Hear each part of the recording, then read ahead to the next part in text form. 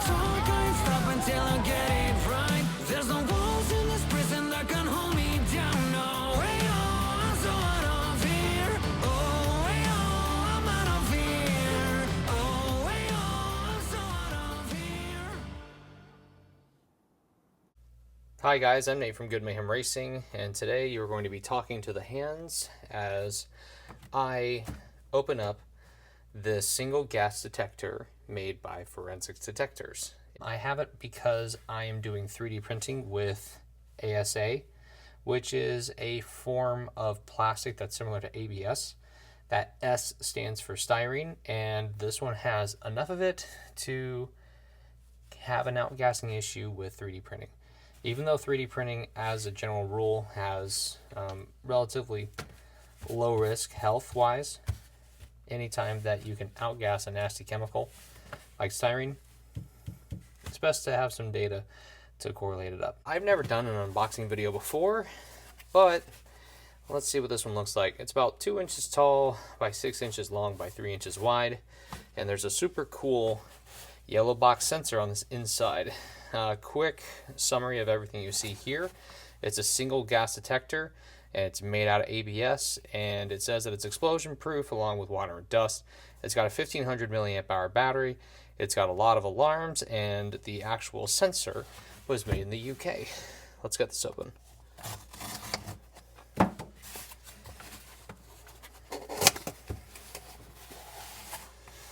All right, so we are seeing the back side of the sensor.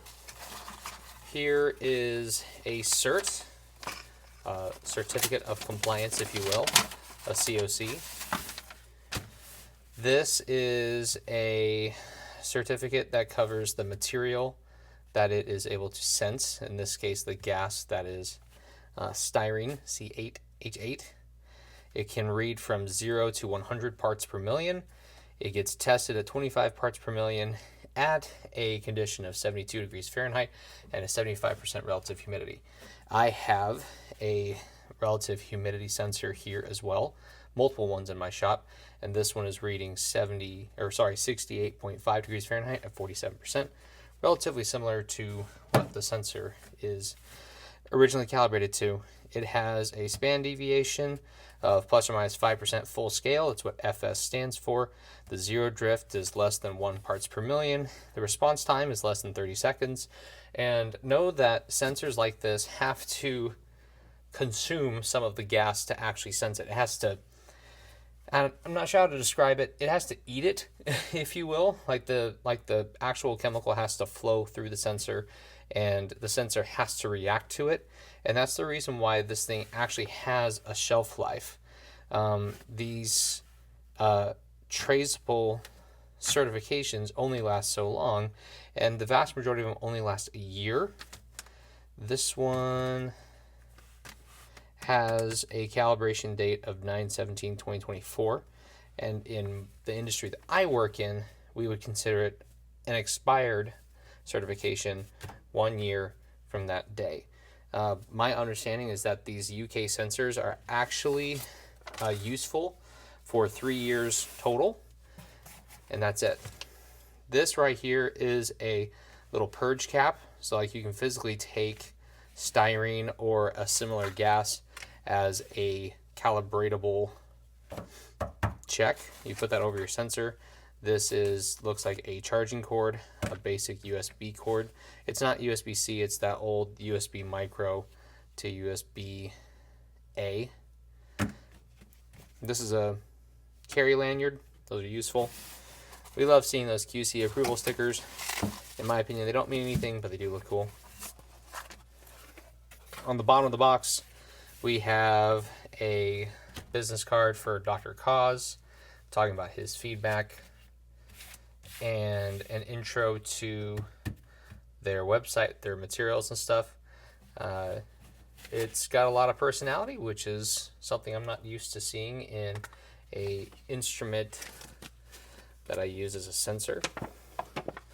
And this is an advertising sheet for all of their gas sampling products. They have a wide variety of materials that they can test. And here's the instructions for the device itself. Battery charging, micro USB.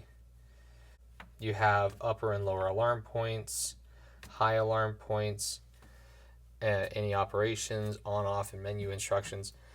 That's cool. Okay, for those who are going to ask, no, this is not sponsored.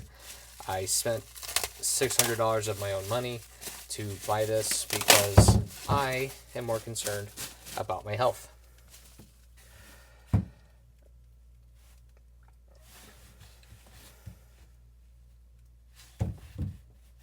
Well, that looks pleasantly official. I'm cool with that.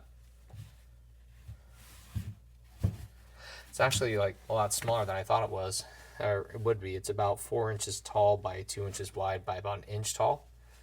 This is something you would totally see at an industrial site where you're working with like nasty chemicals, like this form factor.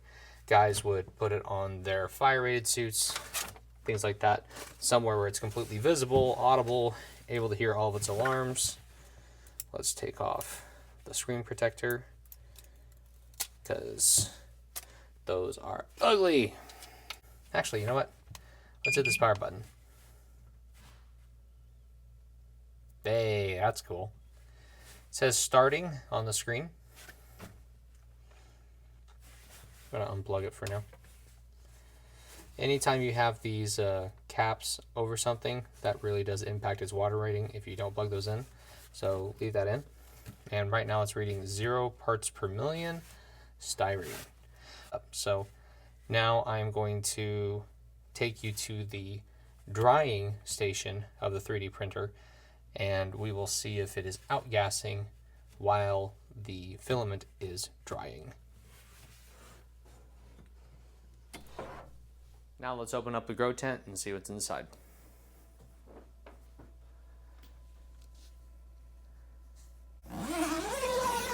Whenever you are working with ASA or any nasty material like it, it's worth having a grow tent or a way to get the exhaust fumes out of your house.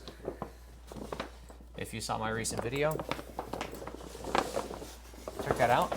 And yeah, I definitely smell something. You know what? That's pretty nasty smelling already, and we're just drying. This filament dryer from Creality is set at 70 degrees Celsius for 10 hours. And we're going to take our sensor and this cap right here, this gas sensor cap, we are just going to plug it up in there. Right now it's reading 0. Let's give it a little gas exposure.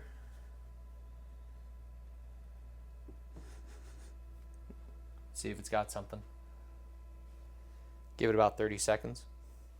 I can definitely smell something in the air, and it smells like a styrofoam cup. So the vent was working, it was doing its job.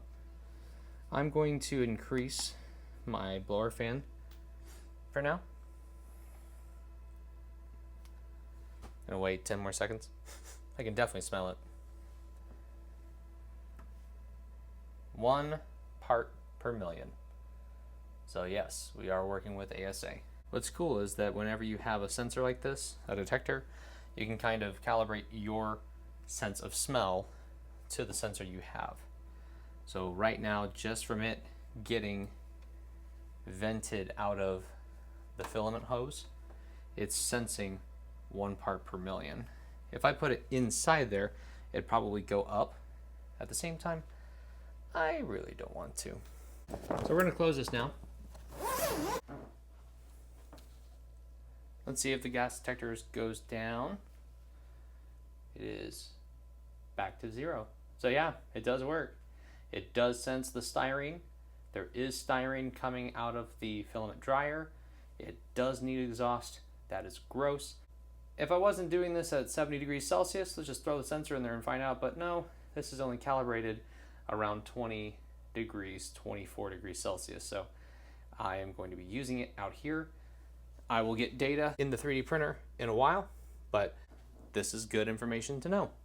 Well done, forensics.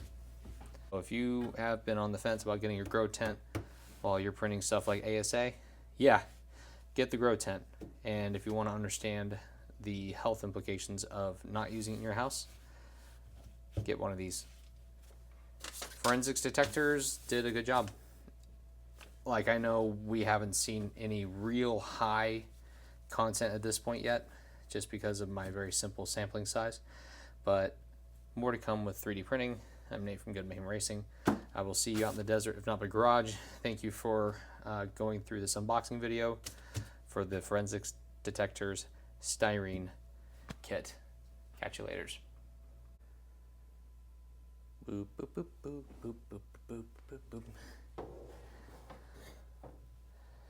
Do, do, do, do, do, do, do.